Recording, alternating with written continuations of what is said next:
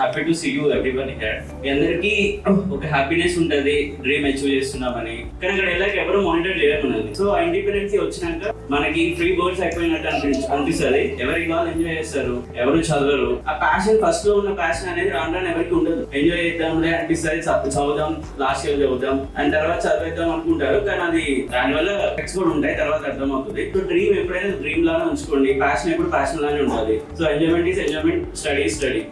First consultancy, GVK consultancy ఎందుకు మేము చూస్ చేసుకున్నాం అనేది నాకు అప్పుడు అర్థం కాదు. కానీ వన్స్ నేను కాలేజ్కి వెళ్ళాక వేరే కన్సల్టెన్సీకి మా కన్సల్టెన్సీకి నేను చాలా డిఫరెన్సెస్ అబ్జర్వ్ చేశాను. అక్కడ కన్సల్టెన్సీ వాళ్ళు ఒకసారి నువ్వు అక్కడ డ్రాప్ అయ్యాక నేను ఎవరు పట్టించుకోరు, ఈవెన్ నీ మెసేజెస్ కూడా రిప్లై ఇవ్వరు. కానీ కన్సల్టెన్సీ అలా కాదు. జీవికే సార్ ఎవ్రీ ఇయర్ వస్తారు, ఇప్పుడు మాతో ఒక బ్రదర్ లాగా మానిటర్ అవుతుంటారు. ఈవెన్ నువ్వు బ్యాడ్ వేలో వెళ్తున్నా కానీ సార్ మనల్ని మానిటర్ చేసి ఆ గుడ్ వేలో పెట్టడానికి ట్రై చేస్తాడు, మనం గైడ్ చేస్తుంటాడు. ఎవ్రీ ఇయర్ మేము పార్టీస్కి వెళ్తుంటాం సార్తో. సార్ వచ్చినప్పుడల్లా మాకు పార్టీస్ ఇస్తుండే. నాకు అప్పుడు అర్థమవుతుండే ఈ జీవికే కన్సల్టెన్సీకి ఇంత వాల్యూ ఎందుకు వచ్చింది, తర్వాత నార్మల్ కన్సల్టెన్సీకి ఎందుకు లేదంటే ఆ ఇంటరాక్షన్ అండ్ ఆ సపోర్ట్ మాకు ఉంది కాబట్టి నేను మీతో ఫస్ట్ మేము ఆ కాలేజ్ లో తెలుగు వాళ్ళంటే ఎవరు పట్టించుకోకపోయేవాళ్ళు. బట్ ఆఫ్టర్ ఒకసారి తెలుగు వాళ్ళు అని ఐడెంటిఫై చేసినప్పటి నుంచి అంటే జీవికే సార్ వచ్చాక ఓ తెలుగు వాళ్ళు ఉన్నారు ఏమన్నా జీవికే సార్ తీసుకుంటారు, అలా వచ్చారు. మాకు జీవికే సార్ వల్ల సపోర్ట్ చాలా హెల్ప్ అయింది అక్కడ.